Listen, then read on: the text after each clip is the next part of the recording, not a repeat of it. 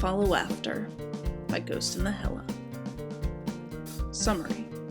Max returns from a desperate photo jump to find herself in circumstances she had never anticipated. Notes for Rainbach. Rainbach prompted me on Tumblr with, "Is that blood?" and Amber Pricefield. Title from the Counting Crows song, Accidentally in Love.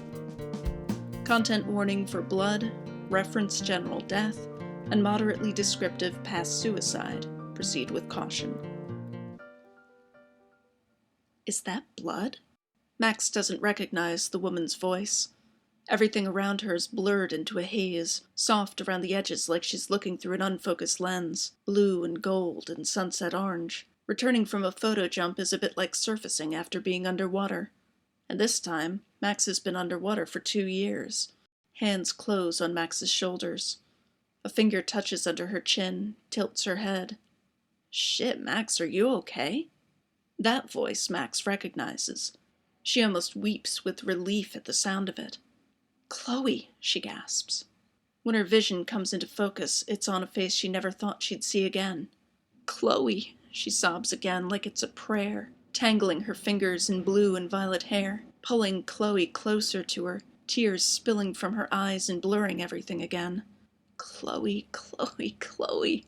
Chloe's arms wrap around her and she's home again, surrounded by Chloe's warmth and comfortingly familiar smell. Max's nose is still bleeding slightly, but she can't stop herself from burying her face in Chloe's chest and letting her rock her gently in her arms the way she used to do when Max would wake from night terrors. She never thought she'd get to be held like this again. Not after that horrible morning. Not after the worst day of her life. It had been unbearable to see Chloe die over and over that October, killed by bullets, by trains, by whatever the universe had felt like throwing at her. It was worse to see Chloe curled up on the floor of their bathroom, in their small Santa Monica apartment, with an empty pill bottle resting near her head and foam dried on her cold blue lips. Cold already by the time Max found her. Much too late to rewind, though Max tried. Rewound again and again until she bled, rewound until her powers sputtered and failed. They'd stayed gone for days, not a flicker of power as Max sleepwalked numbly through funeral preparations, through packing up her life and moving back to Seattle. They returned the day the numbness broke, cracking like an eggshell to spill forth the yolk of Max's anger. Her anger and her determination. Max has always been a shutterbug. It didn't take her long to find a photograph old enough, once she knew what she was looking for. "Here," the unfamiliar voice says, and Max finds herself accepting a tissue from a stranger's hand. It's a lovely hand, tanned even though it must be February, elegant fingers with chipped black nail polish, delicate and strong at the same time. The perfume dabbed on the stranger's wrist smells gently of jasmine. A picture from 2012. A picture, more importantly, taken before Rachel Amber went missing. If Chloe couldn't bear to live in a world with so much loss, then Max would give her a world with less. Even if it meant that she would never be with Chloe, would never live with her, would possibly never even see her again. At least it might be a world in which Chloe could be alive. Max dazedly pats the tissue against her own upper lip, and she stares at the woman in front of her. Max has only seen her in photographs before. The photographs were beautiful, but they didn't do her justice. Rachel Amber. The woman's brow furrows slightly in concern. "What's up, Max?" She laughs a bit nervously. "Should I be worried you last named me? Am I in trouble?" Max never thought she'd get to meet Rachel Amber. She definitely never thought she'd see her naked. The rush of blood to Max's cheeks nearly sets her nose bleeding again. "Haven't seen you with a nosebleed since you were a kid," Chloe mumbles, picking up the bloodied tissue that's tumbled from Max's fingers. "You didn't hit your head or anything, did you?" "I'm fine," Max whispers. She's on a bed, she realizes. One of the tiny, hard beds of the Blackwell dorms. She must have still gotten into Blackwell in this reality, still reconnected with Chloe, and met Rachel Amber. Blackwell is still standing, which means that Arcadia Bay is still standing, which means that... "We're all fine," Max says, stunned. "Aren't we?" Yeah, apart from your nosebleed." Chloe kisses Max on the forehead and, oh, Max has missed that. She nearly melts under the familiar touch. "Also, I think the lightweight might might have smoked too much, Rachel adds, climbing onto the bed with a teasing smile.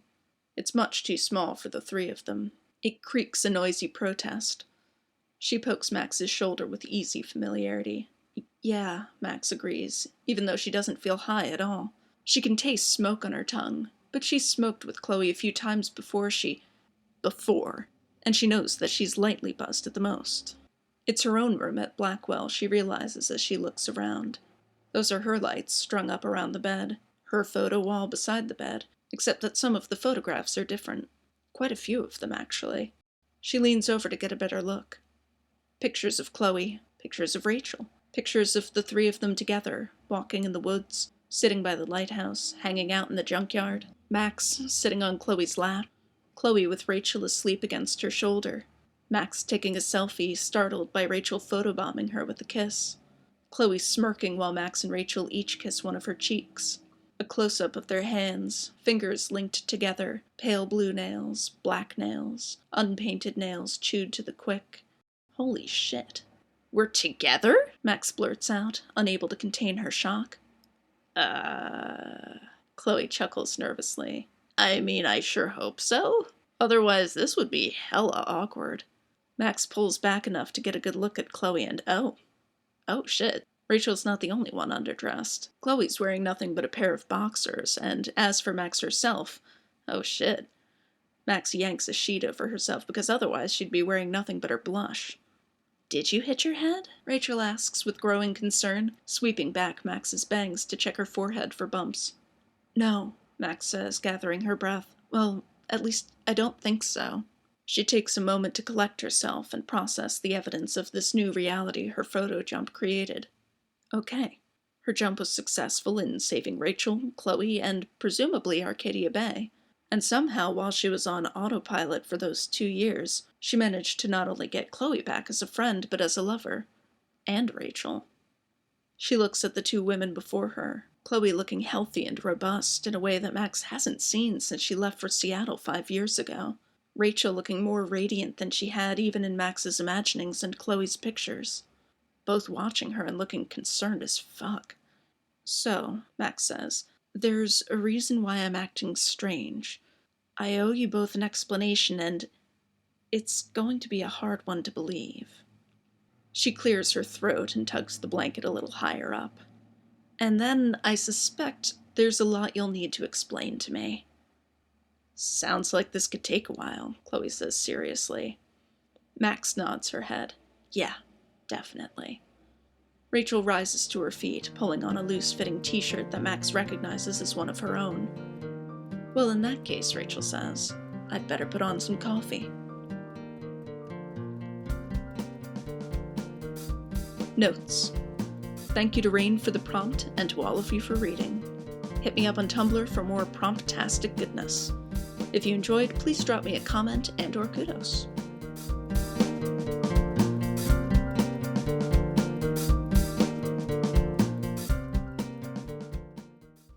This, I think, was my first time writing Amber Pricefield. I had certainly read plenty of it before, but I usually try to kind of stick to canon, by which I mean Rachel and Max never got to meet. But I do enjoy Amber Pricefield, so being prompted on Tumblr tends to be kind of a nice excuse for me to write things that I wouldn't normally write myself.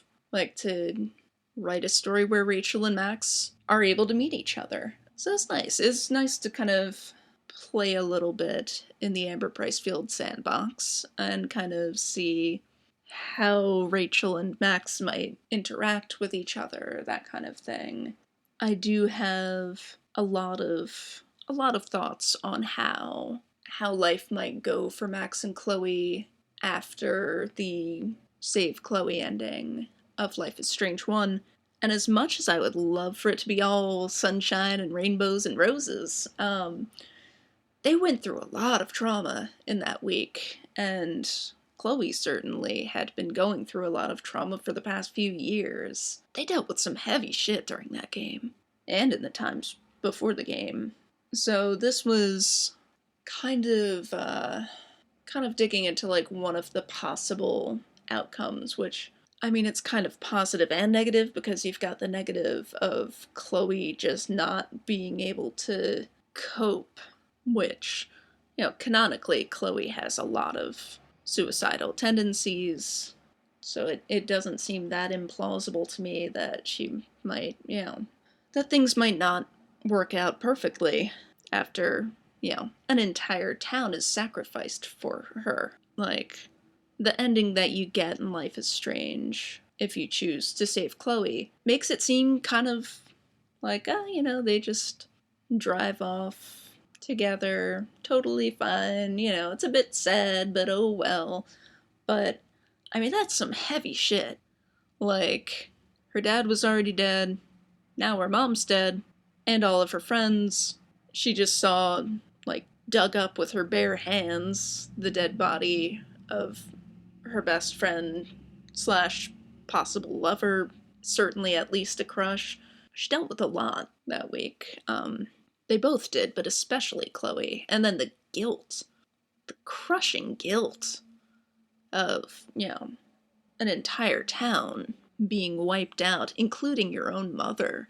Especially if you've already got major issues, and especially, like, already have suicidal tendencies, like Chloe clearly does. I could easily see that being too much for her to handle.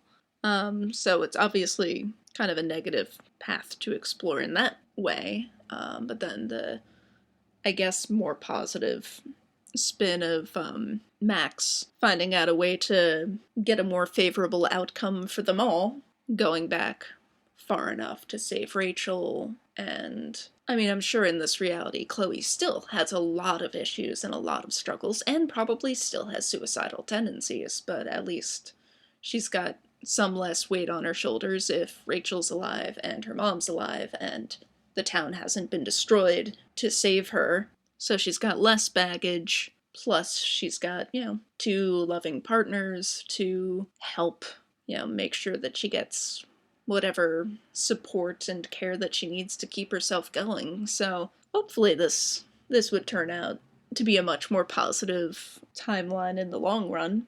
And that kind of save Rachel scenario is something that I have thought about a lot and have, written some stuff about that's not published yet. But it's something I find interesting, like the potential dynamic between Max and Chloe and Rachel in a world where Rachel didn't die, and just see how they've all got very strong and very different personalities, and kind of see how those different personalities can mesh together or, butt up against each other and not mesh so well. So this was an interesting little exploration. The prompt fics are really a nice way to kind of get to play with some of these ideas and kind of test them out and see how I like them, how they work for me, how I can play around with them and kind of see how they feel. See if it's something I want to continue exploring or if that's enough. It's a great opportunity to write different ships. I've written at this point quite a few Price Marsh, so Chloe Price and Kate Marsh stories, which had never been something that had really crossed my mind to write, but then I got a whole bunch of prompts for them. And actually ended up enjoying them, so right now, like, all of my Amber Price Field stuff is also prompt fics. I've got some, like, Chase Price and I think one Chase Marsh. So prompt fics are kind of a nice excuse to take a step out of my comfort zone. So thank you for listening, and I hope you enjoyed this little foray into Amber Price Field.